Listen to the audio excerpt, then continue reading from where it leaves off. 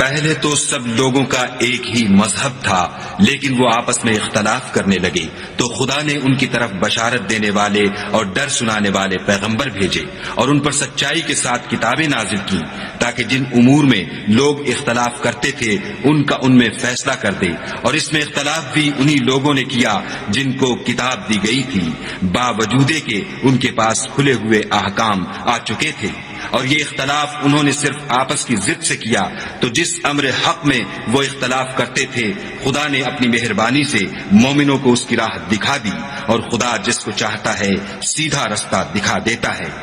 کیا تم یہ خیال کرتے ہو کہ یوں ہی بہشت میں داخل ہو جاؤ گے؟ اور ابھی تو تم کو پہلے لوگوں کی سی مشکلیں تو پیش آئی ہی نہیں، ان کو بڑی بڑی سختیاں اور تکلیفیں پہنچیں، اور وہ صعوبتوں میں ہلا ہلا دیے گئے،